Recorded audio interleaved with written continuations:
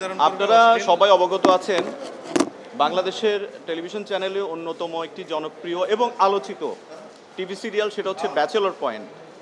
Bachelor point এখন season 5 চলছে OTT প্ল্যাটফর্মে। যদিও এটার 1 থেকে 8 এপিসোড রিলিজ হয়েছে, পাশাপাশি ডিরেক্টর যেটা বলেছেন অ্যানাউন্স প্রোগ্রামে যে এটি বুম ফিল্মসের ইউটিউব চ্যানেলে এবং চ্যানেল আইতে ধারাবাহিকভাবে এটি প্রচারিত হবে।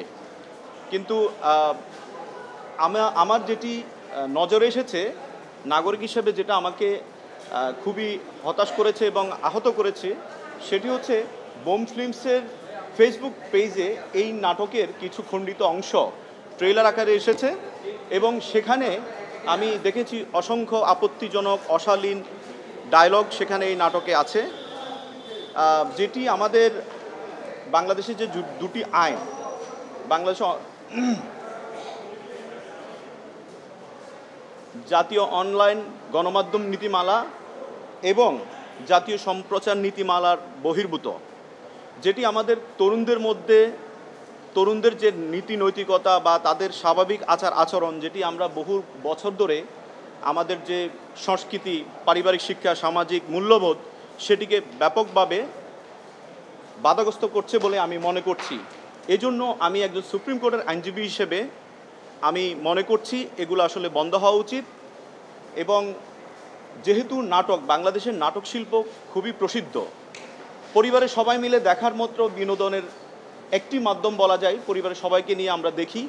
আমরা এর আগে আমাদের প্রথিতযশা যে নাট্যকাররা আছেন, হুমায়ুন আহমেদ, আবদুল্লাহ আল মামুন থেকে শুরু করেন, তাদের নাটকগুলো আমরা পরিবার নিয়ে দেখতে পারতাম।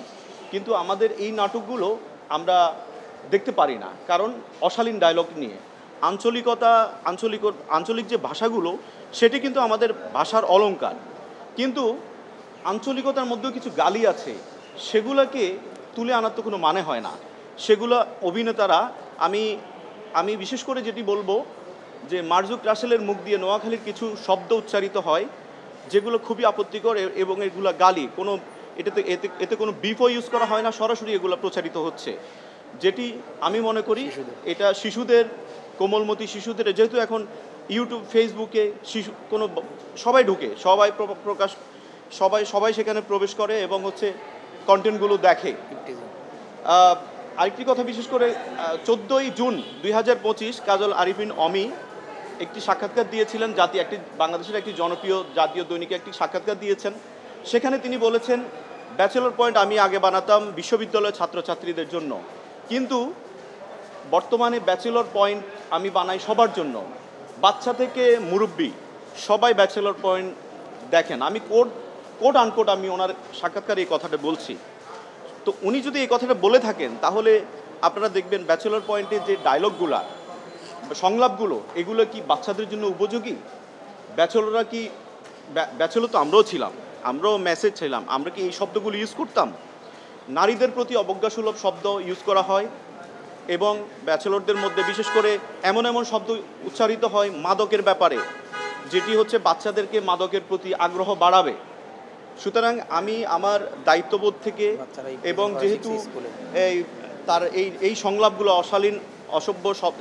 অশালীন শব্দগুলোর কারণে এই জাতীয় অনলাইন গণমাধ্যম নীতিমালা 2017 এবং জাতীয় অনলাইন গণমাধ্যম নীতিমালা 2014 3, 4 ও 6 নং অনুচ্ছেদ সরাসরি এখানে চলে আসে, এটাকে লঙ্ঘন করা হচ্ছে। অর্থাৎ বিনোদন হতে হবে সুস্থ ধারার, আমাদের যে সামাজিক মূল্যবোধ সেগুলোকে।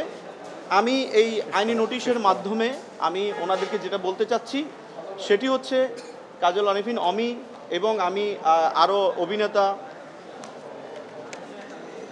মার্জুক রাসেল, সাইদুর রহমান পাবেল, জিয়াউল হক পলাশ, শিমুল শর্মা, আমি ওনাদেরও লিগ্যাল নোটিশ দিয়েছি। আমি তাদের কাছে যেটা বলতে চাচ্ছি, কাজল আরিফিন অমি বলেছেন যে এই নাটকটি সিজন 5 আরও 120 পর্ব পর্যন্ত প্রচারিত হবে। 120 পর্ব, মাত্র 108 পর্ব, 1 থেকে 8 পর্ব প্রচারিত হয়েছে। আমি এই আইনি নোটিশের মাধ্যমে আমি ওনাকে সময় দিয়েছি, 7 দিনের সময় দিয়েছি, যে আপনি অবশ্যই এই অশালীন সংলাপগুলো আপনি প্রত্যাহার করে নেবেন, ওখান থেকে এই ক্লিপগুলো সরিয়ে নেবেন এবং ভবিষ্যতে বাকি পর্বগুলো প্রচারের ক্ষেত্রে আপনি অবশ্যই এই বিষয়গুলো মাথায় রাখবেন এবং অনলাইন নীতিমালাগুলো বা আইন কানুনের প্রতি আপনি শ্রদ্ধাশীল থাকবেন। না হলে আমি আপনাদের বিরুদ্ধে আমি পরবর্তী আইনগত পদক্ষেপ নিতে বাধ্য হব।